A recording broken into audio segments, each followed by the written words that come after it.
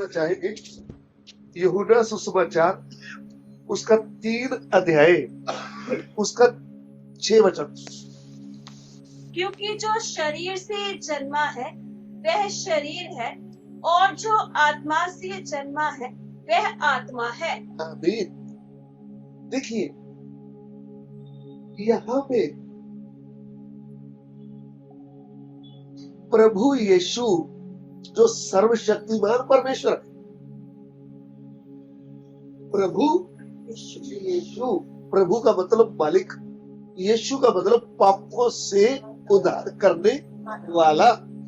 तो प्रभु यीशु सृष्टिकर्ता, आदि में वचन था, वचन परमेश्वर के साथ था और वचन ही परमेश्वर था और वचन ही क्या हो गया, देहधारी हो गए। ये बात हमको ध्यान में लाना है। वो है कौन जिसके विषय में हमने सुना है और जिसके ऊपर हमने विश्वास किया है, जिसको हमने मन में बसाया है, वो है कौन।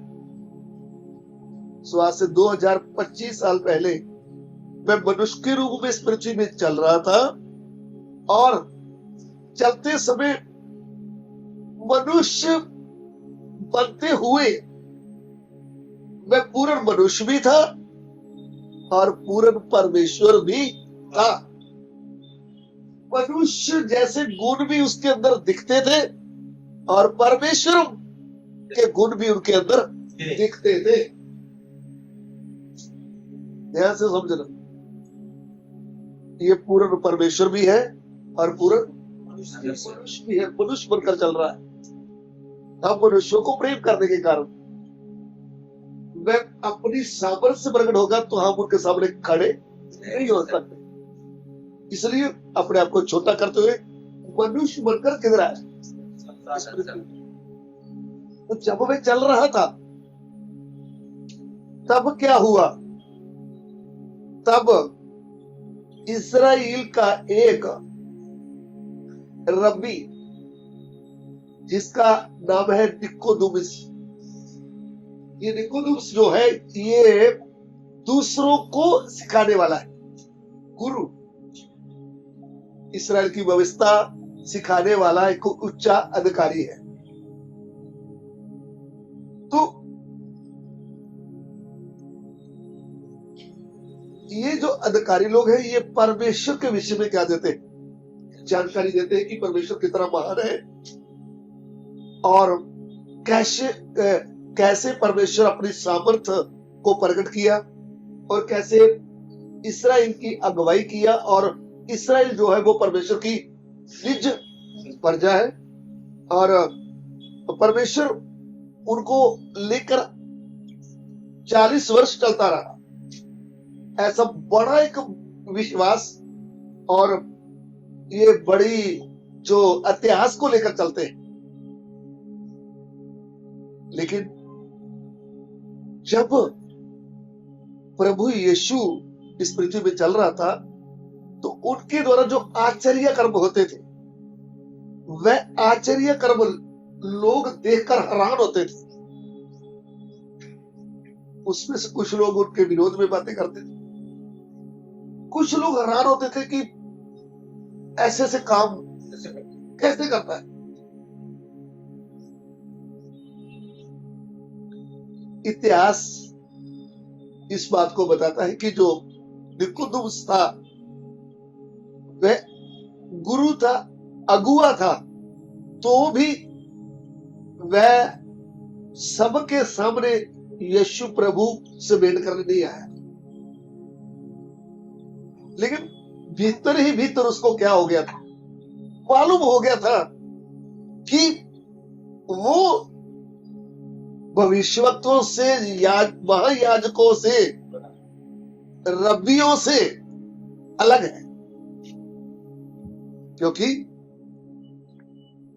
इतिहास वाले जो बाइबल बात रही है वो कहते हैं कि उस समय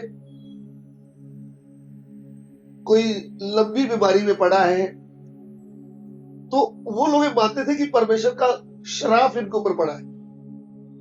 डॉक्टर लोग या फिर जो उस समय के हकीम लोग दवाई दिया है वो अच्छा नहीं हुआ, तो इसके ऊपर क्या है?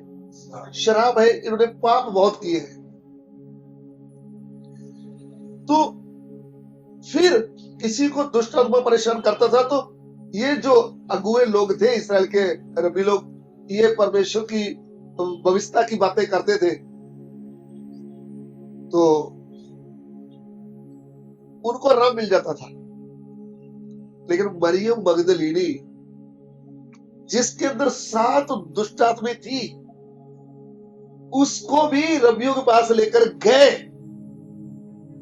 यानी निकोदेमुस, फिर भी वो अच्छी नहीं हुई। लेकिन यीशु प्रभु के सामने आते समय ही वह 7 दुष्ट आत्माएं उनसे निकल गई और उनके पाप उनको याद आने लगे। वो रोने लगी, मैं पापी हूं, और उसने निर्णय लिया आज के बाद जीऊंगी भी प्रभु यीशु के लिए और मरूंगी भी प्रभु यीशु के लिए। ना तो मुझे संसार की कोई परवाह है, ना ही मुझे मेरे रिश्तेदारों की, ना ही मुझे मेरी फैमिली की। मैंने निर्णय ले लिया, जिसने मुझे नया जीवन दिया है मैं उसके लिए जीऊं। प्रभु के नाम की स्तुति हो। तो अगली बात, एक लकवे का मारा हुआ,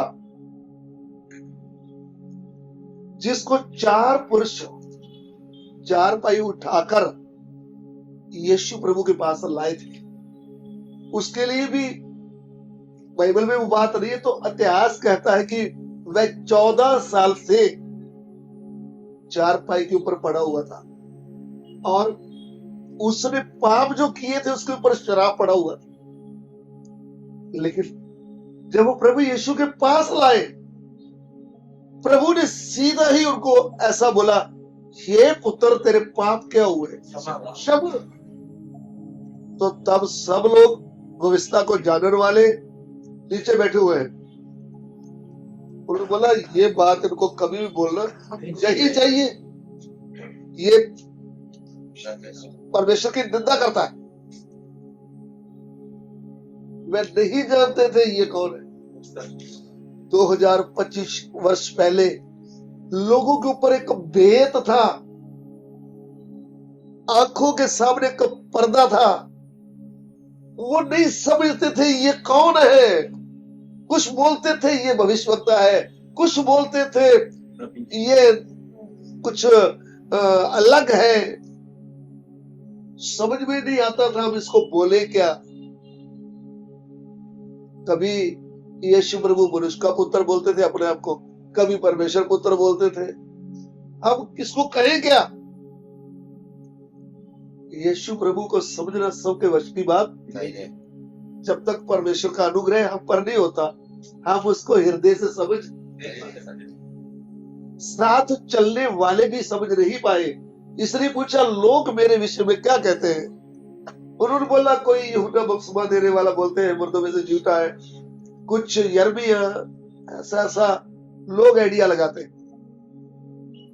तो फिर प्रभु ने पूछा तुम लोग मेरे साथ रहते हो, तुमको क्या पता चला मैं कौन हूं?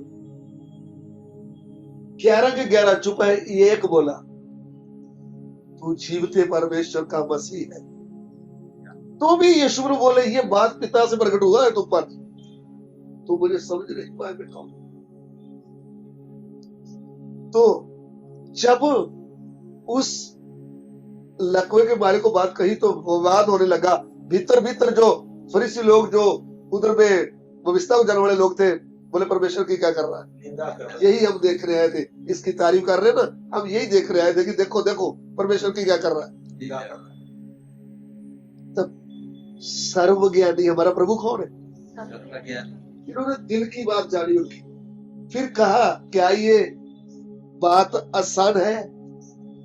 ये कहना है कि तेरे पाप क्यों हुए, क्षमा हुए, और ये कहना कि उठ खाट उठाकर चला जा। मुझे पाप क्षमा करने का भी अधिकार है, और मैं कहता हूं कि तेरे पाप क्षमा हुए और उठ खाट उठाकर खुद चल। ऐसा बोलते ही ये खाट से उठ खड़ा हुआ और खाट उठाकर जब चलने लगा, तब सब हैरान हुए और कहने लगे, ऐसा काम हमने कभी नहीं देखा। परमेश्वर की बड़ाई करने लगे। उधर लिखा हुआ है, किसकी बड़ाई? जब ये बातें निकोदेमुस को पता चला कि मरियम मगदलीनी तो आजाद हो गई है दुष्ट आत्माओं से, वो तो एक विश्वासी बन चुकी है, वो तो जीवते परमेश्वर की स्तुति करने वाली बन गई।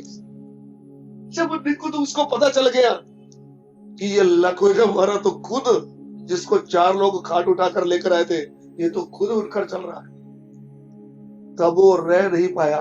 उसके मन में कुछ कुछ होने लगा। कुछ कुछ समझते हैं? वो बेताब होने लगा, मुझे यीशु से बात करना है, मुझे यीशु से मिलना है, मुझे यीशु से भेंट करना है।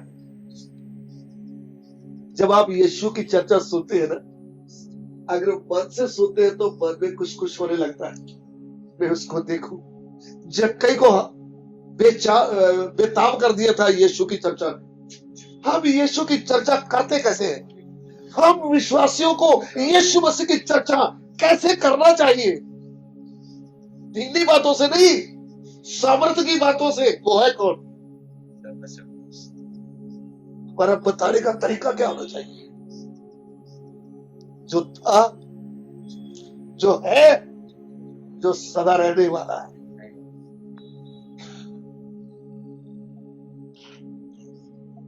प्रभु के नाम की स्तुति। बड़े बड़े रबियों को बेइज्जत कर दिया। यीशु की चर्चा होने लगी।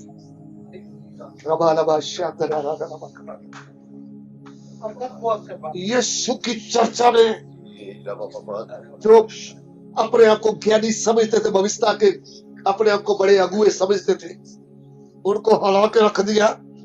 वो ये नहीं जानते थे, ये जिसके मुंह से आग के 10 वचन निकले थे, ये वही आग का वचन जो मनुष्य के रूप में चल रहा था। आइए हम प्रार्थना करें। हमारे प्यार करने वाले परमेश्वर, हम आपका धन्यवाद देते हैं। प्रभु, तेरा सत्य वचन लोगों के हृदय में कार्य करे। प्रभु, आपका नाम हमारे बीच में महिमा पाए। पिता, हमारी विनती को ग्रहण करें। यीशु मसीह के पवित्र नाम से मांगते हैं, आमीन।